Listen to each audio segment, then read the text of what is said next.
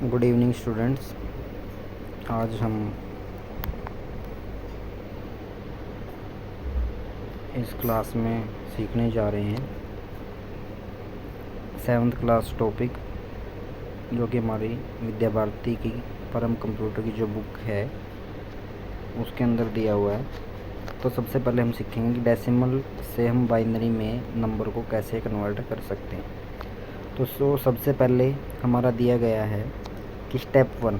सबसे पहले मैंने आपको बताया भी है कि जो भी आपका डेसिमल नंबर है, जैसे कि आपको इस एग्जांपल में दिख रहा है कि इसमें 15 एक क्या है, डेसिमल नंबर है। डेसिमल नंबर की जो पहचान क्या है, इसका जो बेस है वो क्या है, 10 है। और इसको हमें किस में कन्वर्ट करना है, बाइनरी नंबर में करना है। बाइनरी नंबर का जो बेस होता है वो 2 होता है। तो इस साइड में जो 2 लिखा हुआ ब्रैकेट ओपन और क्लोज के बाद, तो इससे पता चला कि हमें इसमें बाइनरी में कन्वर्ट करना है। तो सबसे पहले हमें क्या करना है, जो भी आपका डेसिमल नंबर दिया गया है, जैसे कि इसमें 15 दिया गया है, तो 15 को 2 से डिवाइड करना है। और डिवाइड करने के बाद क्या आएगा, 7 आएगा।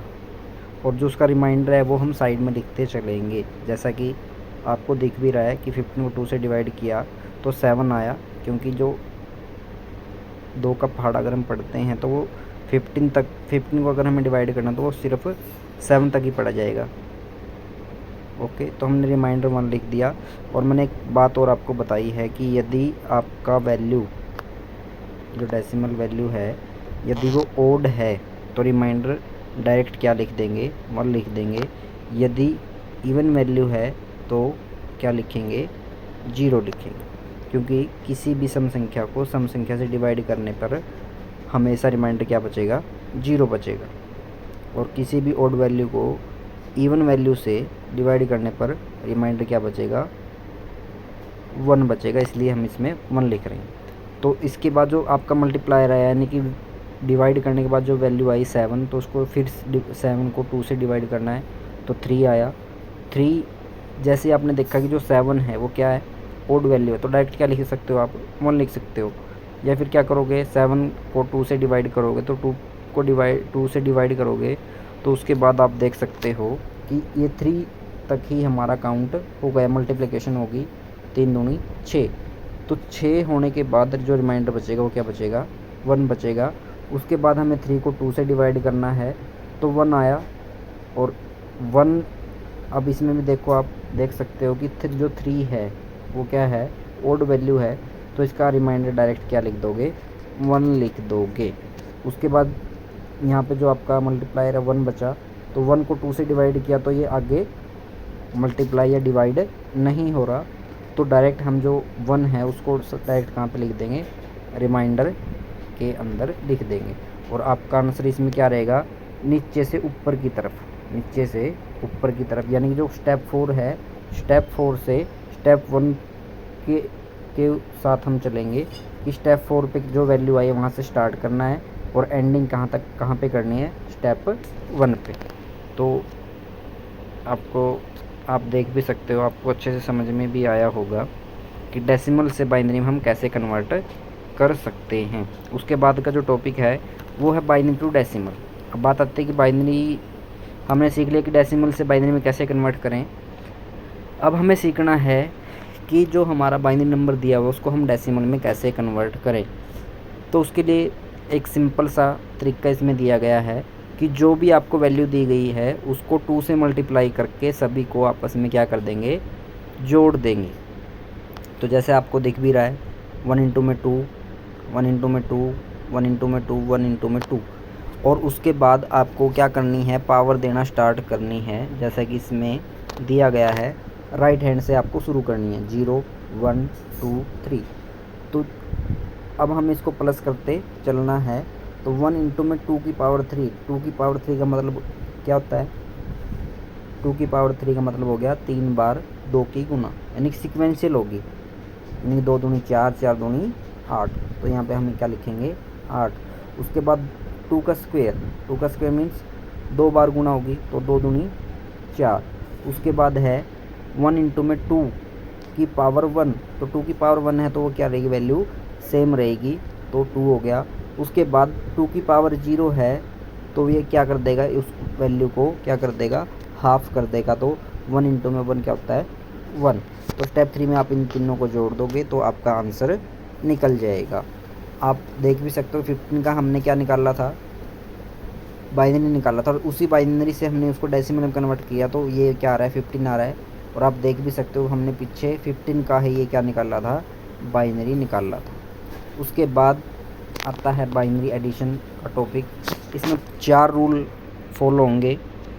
फर्स्ट जो आपका रूल कहता है, रूल फॉर बाइनरी एडिशन, 1+1 जब हम करते हैं 1+1, इसमें सबसे ज़्यादा मेन जो है वो 1+1 में बच्चे थोड़ा सा कंफ्यूज होते हैं।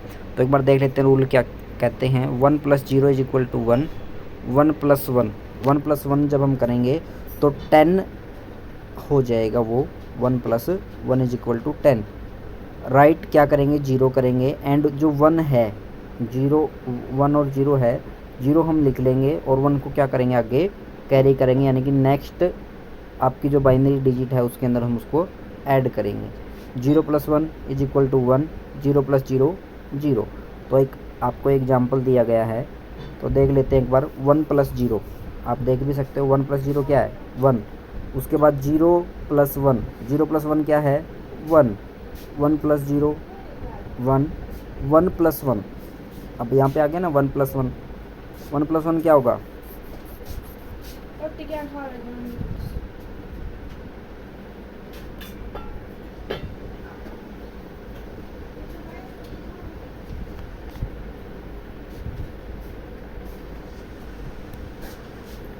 1 + 0 1 हो गया। और उसके बाद 1 + 1 जब हम करेंगे तो ये क्या होगा, 10। हम देख भी सकते हैं जो रूल में दिया हुआ है, 1 + 1 = 10, 1 + 1 = 10, 1 + 10। तो यहाँ पे क्या लिखेंगे, राइट मैंने आपको बताया है कि राइट क्या करेंगे, 0, और जो आपका 1 है उसको हम क्या कर देंगे, आगे कैरी कर देंगे। तो अब यहाँ पे जो आपकी लास्ट है वहाँ पे क्या हो गया, ऊपर आ गया 1, तो 1 + 1 क्या हो गया, 10, 10 + 0 इक्वल ही रहेगा, तो 10 हो गया।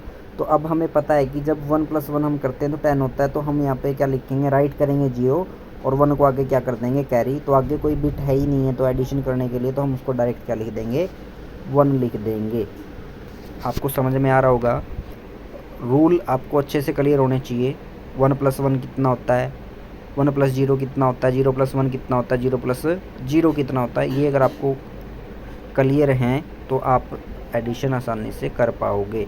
इसमें जो एक मेन है वो है कि हम क्या करेंगे, जब 1 + 1 हम करते हैं तो 10 होगा, लिखा जाएगा 0 और 1 को क्या कर देंगे, आगे कैरी कर देंगे।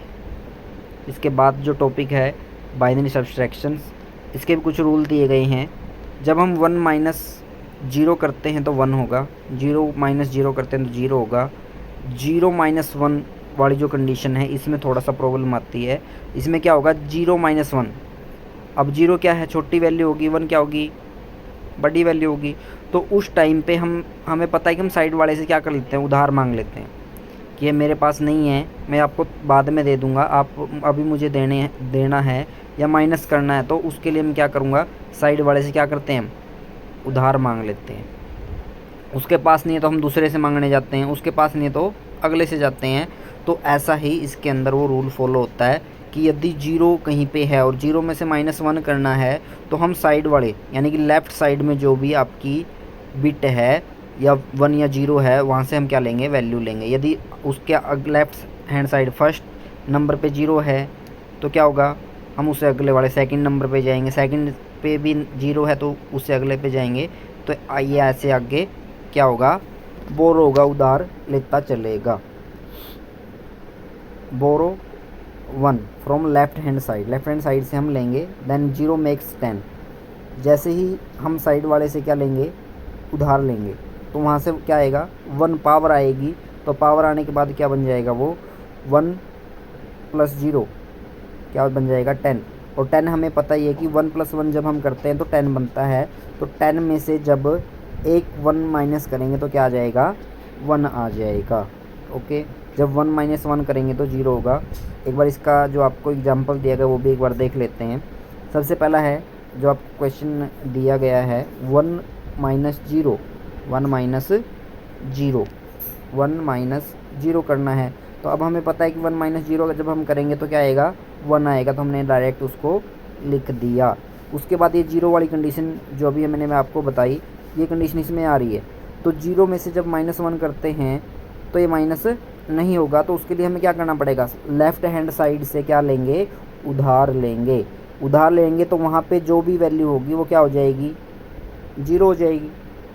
अब मान लीजिए कि साइड में क्या है, 1 है, और उसने जो उसके पास पावर थी वो पावर आपको ट्रांसफ़र कर दी, तो उसके पास कुछ भी नहीं बचा, तो वो क्या हो जाएगा, 0 हो जाएगा।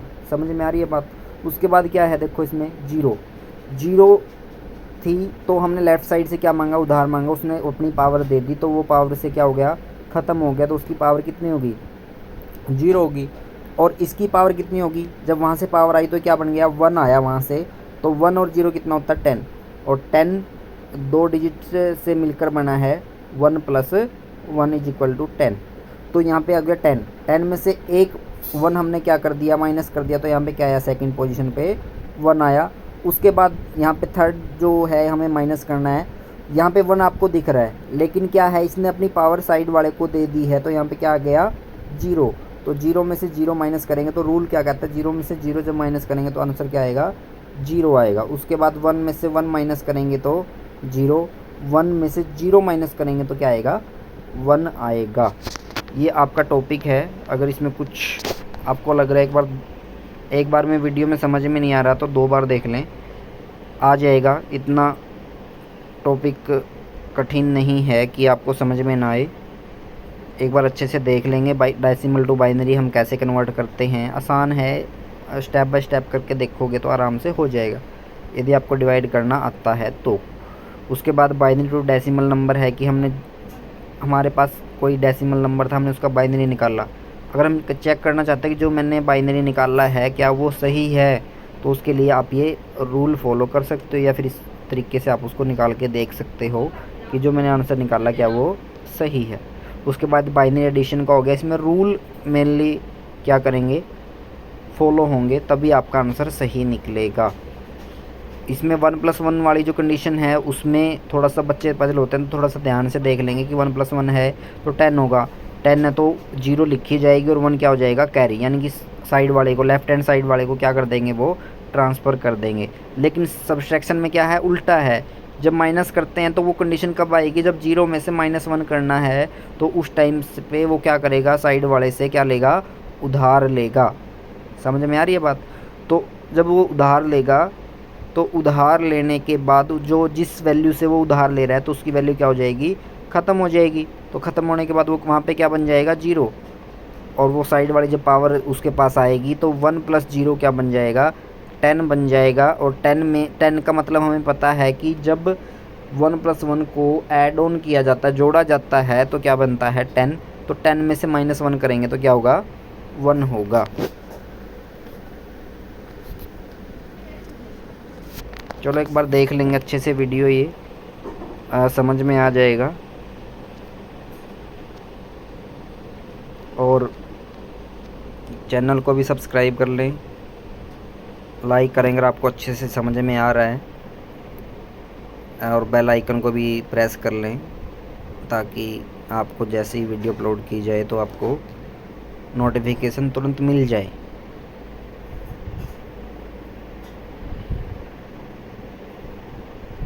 और पेरेंट्स से भी आशा है कि वो बच्चों को वीडियो दिखा देंगे, और अगर दिखा दी है तो ये भी अच्छी बात है। एक बार